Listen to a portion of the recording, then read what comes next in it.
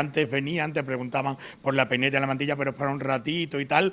Ahora quieren llevar una peineta mejor, una peineta más elaborada, una mantilla bordada. Y la gente ya va buscando, pues como nosotros, estar a la altura de lo que es la Semana Santa pacense.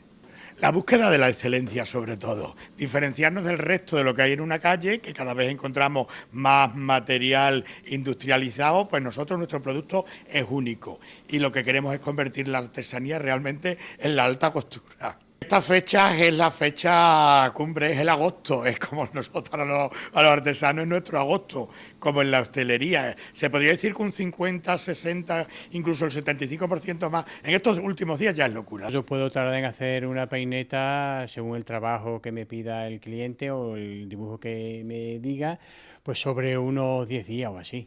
Yo normalmente todos estos trabajos los hago en verano para que en invierno, en invierno, sí, invierno o primavera, pues no me coja el toro.